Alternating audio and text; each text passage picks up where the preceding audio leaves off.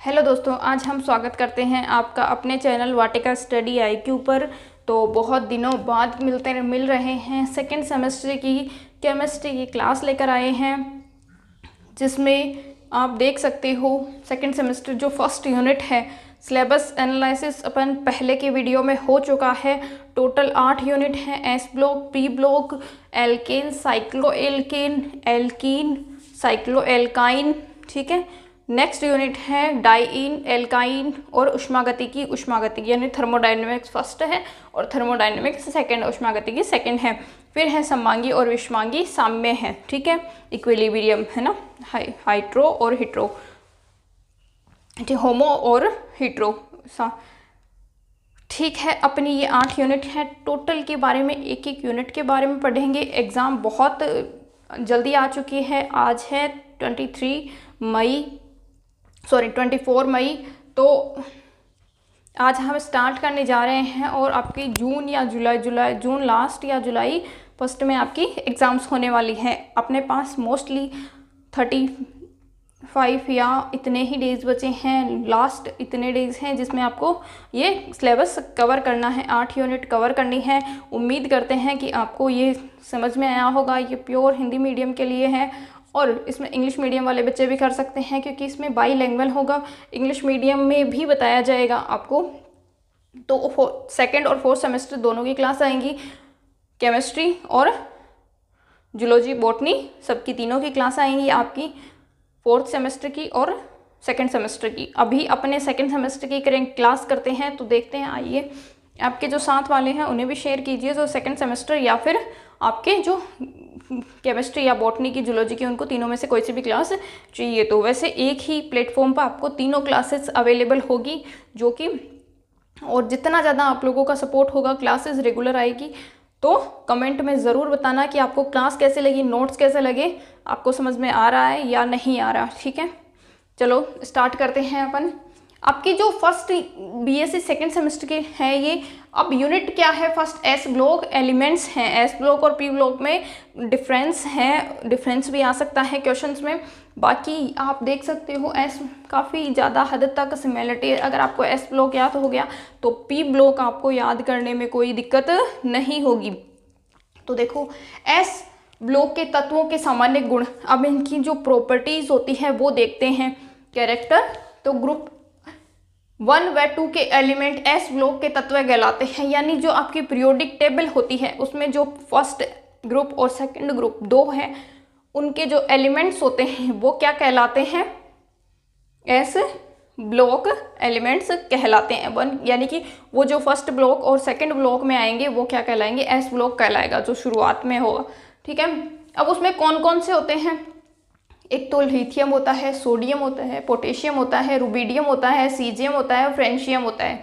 ठीक है, इसको Li से लिखते हैं, Na से, K से, Rb से, सीजियम से, SCS से और Fr फ्रेंशियम।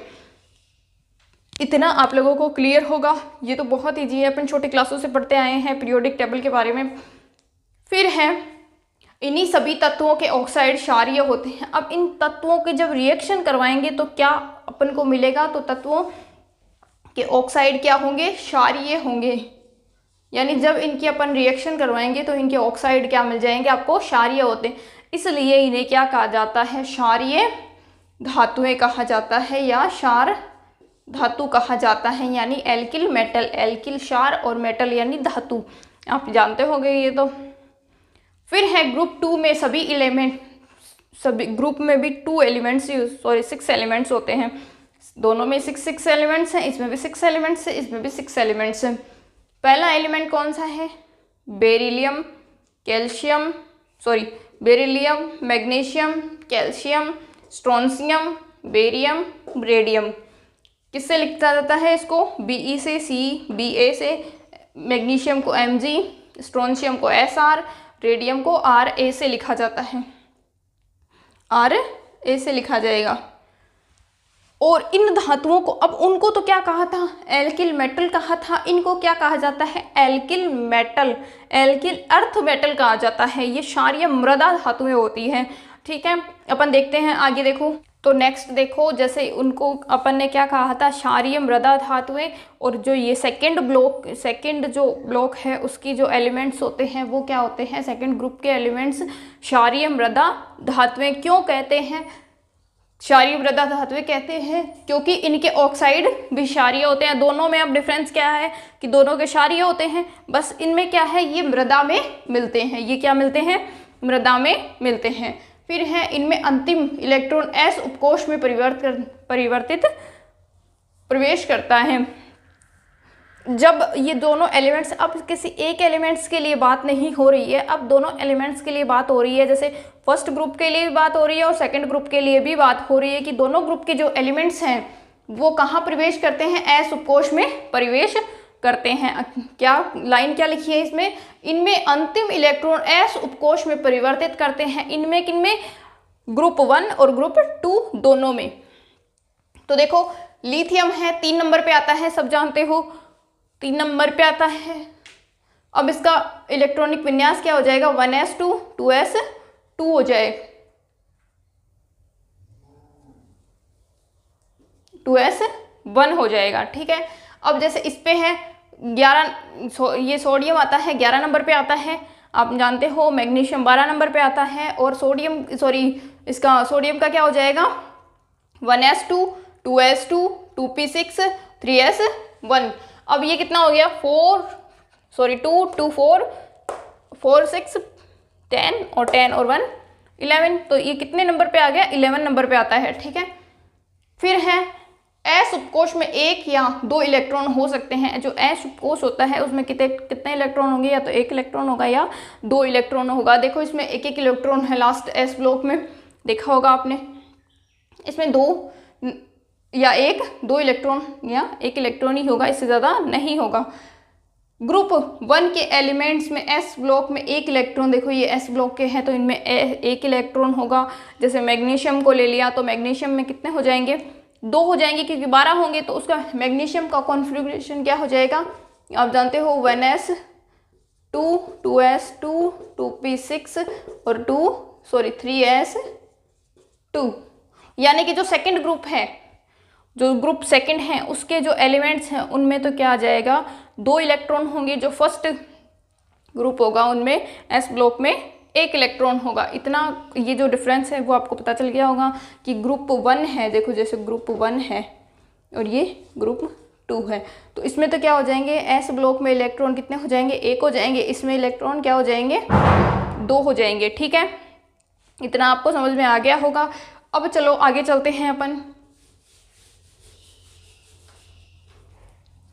हाइड्रोजन व हीलियम को छोड़कर सभी तत्व धातु होती है, यानी मेटल्स होती है। यानी फर्स्ट हाइड्रोजन और हीलियम, इनको छोड़ के, क्योंकि इनके जो अपन ये जो पॉइंट्स हैं वो हाइड्रोजन और हीलियम पे डिपेंड नहीं करते, वो गैसेस होती है। हाइड्रोजन गैस होती है, हीलियम गैस होती है। ठीक है, वो मेटल्स नहीं है, ये गैसेस में आती है।